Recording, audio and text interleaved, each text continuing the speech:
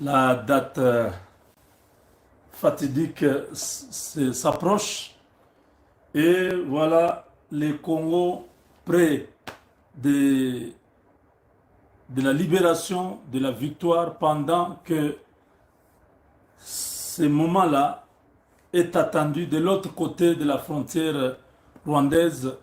C'est l'armée qui annonce que son commandant suprême, M. Paul Kagame, est dans une situation critique.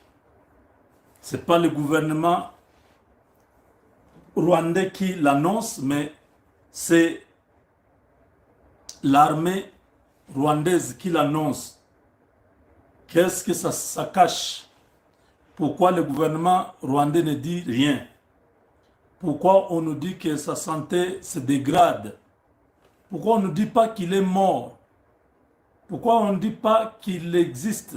On a publié une photo de 2024, où Paul Kagame était avec Obasanjo. Ça, c'est la présidence de ces pays, des mille collines. Donc, nous nous disons, Paul Kagame est mort. Paul Kagame n'est plus. S'il est vivant, qu'il parle, qu'il se manifeste, on n'a aucun problème. Nous allons constater qu'il est en vie et nous vous dirons qu'il est en vie. Mais entre-temps, la manipulation, les mensonges, ça ne fonctionne plus. Comment le gouvernement rwandais n'est pas capable de dire la vérité à son peuple et au monde? On nous pond un communiqué. Aïe, aïe, aïe. Dans un communiqué officiel pondu le 22 juin 2025 au soir par la force de défense du Rwanda et effacé après, donc parce qu'ils ont enlevé ces communiqués-là, confirme que le président Paul Kagame traverse actuellement une grave crise de santé.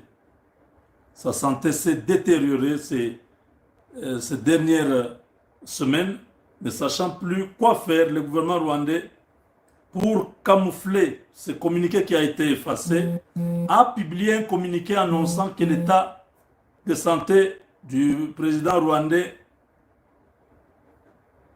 est préoccupante, mais pas fatale. Sa famille biologique a fait des pressions pour exiger aussi la suppression de ces mêmes communiqués. Ange Kagame a menacé. Il dit, qu'est-ce que vous dites aux gens? Enlevez votre communiqué. Donc ces gens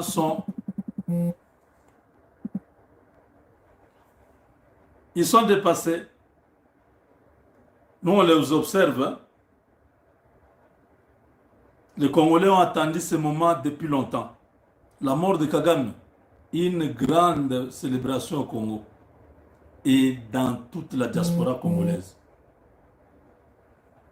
Malheureusement, quand Dieu se met à détruire un méchant, sa place ne sera plus trouvée parmi les hommes. Hein? Vous vous rappelez, non, le psaume 37? Il faut lire. Car le méchant dans son cœur se dit Dieu n'existe pas. Kagame faisait tous ces bêtises, ces crimes, se disait Dieu n'existe pas.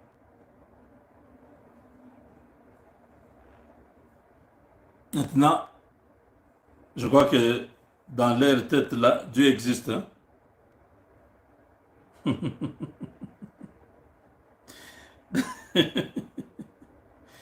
Ah, Zambi wa kujulu.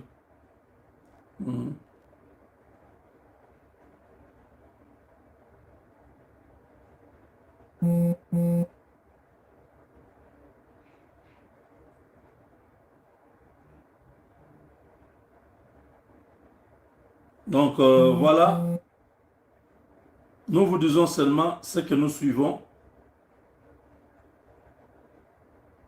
L'homme de Kigali est déjà parti.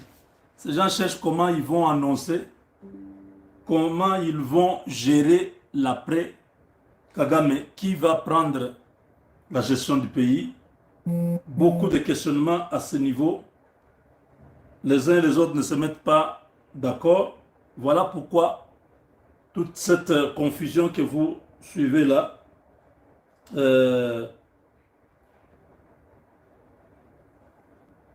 qui nous facilite seulement qu'un opposant qui est dans la diaspora récupère le pouvoir et donne une certaine stabilité à ce pays-là.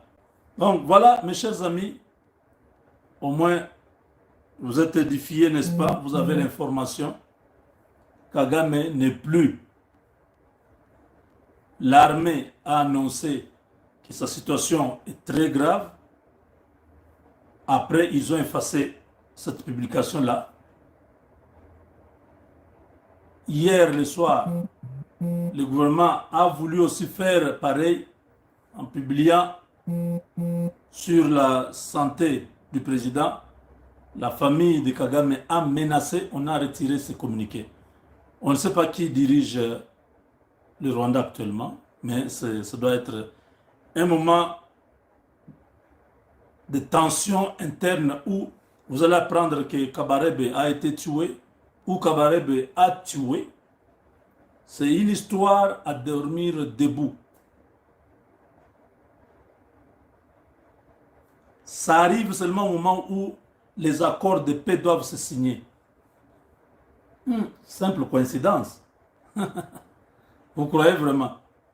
Moi, je ne crois pas. Qui veut à la mort de Kagame? Tout le monde, même le diable.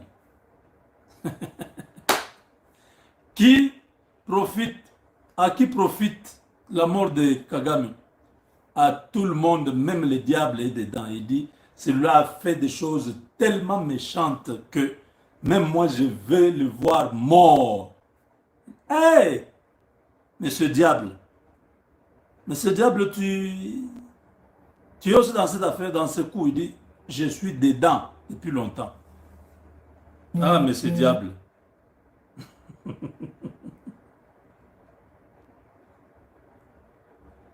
Yehowa nzambi wa Israel, nzambi tuwa nyoka, bantu babi, nitundelanga nitwabu, tonuku binunu nkama.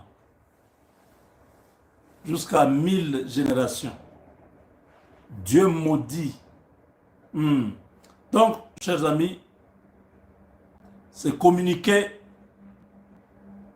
c'est pour fragiliser la famille biologique de Kagame qui est encore en train de tenir. Parce que dès que Jeannette Kagame, la femme de Kagame, Ange Kagame et les autres perdent le pouvoir, ça va être des règlements de comptes terribles. Ils ne sont pas prêts à accepter ça. Donc, des négociations à l'interne, vous savez que ces gens-là, ils sont toujours dans l'air secret. Maintenant, là, il n'y a pas moyen de garder le secret. Parce que depuis le 6 juin, que Paul Kagame a disparu. Aujourd'hui, nous sommes le 24. Donc, nous sommes le 24. Ça fait déjà 18 jours que Kagame n'est pas vu en circulation. On ne l'a pas vu dans les interviews, on ne l'a pas vu au Rwanda. Quand on a dit ce jour-là, c'était quel jour? C'était la semaine passée. Quand on vous a dit non, Kagame est rentré au Rwanda, moi je vous ai dit quoi? Kagame n'est pas rentré au Rwanda. Oh non, on a traqué son avion. Et non, on voulait traquer son avion. On a inventé une histoire là pour vous faire croire que Kagame est à Kigali. Vous vous rappelez, non? Vous avez suivi beaucoup d'émissions comme ça. On vous a dit que Kagame est rentré. Je vous ai dit quoi? Kagame n'est pas au Rwanda. Il n'est pas là. Il n'est pas là. Il est déjà mort. On ne discute pas sur ça. Il est mort. S'il a envie qu'il parle, on va voir qu'il a envie et puis on va dire qu'il a envie. Mais dans l'entretemps, il est mort parce que c'est l'information que nous avons. C'est gardé top secret parce qu'il y a beaucoup d'enjeux, beaucoup d'intérêts de tous ces criminels occidentaux qui étaient derrière Kagame. Ils sont en train de chercher comment faire. Tchimboubouy Babi, Loaï Kabidi. Oh Rwanda, nous allons vous coloniser. Venez coloniser. Tu sais que est là. Yanke na plan na ye, Yuma pe na plan na ye, mais Yuma barré Yanke. Oh, c'est pas Tshisekedi qui a tué Kagame. Ah, non, non. Lui-même, il sait où il est tué. Là où il sait comment il est tué. Voilà. Avec Dieu, nous vaincrons.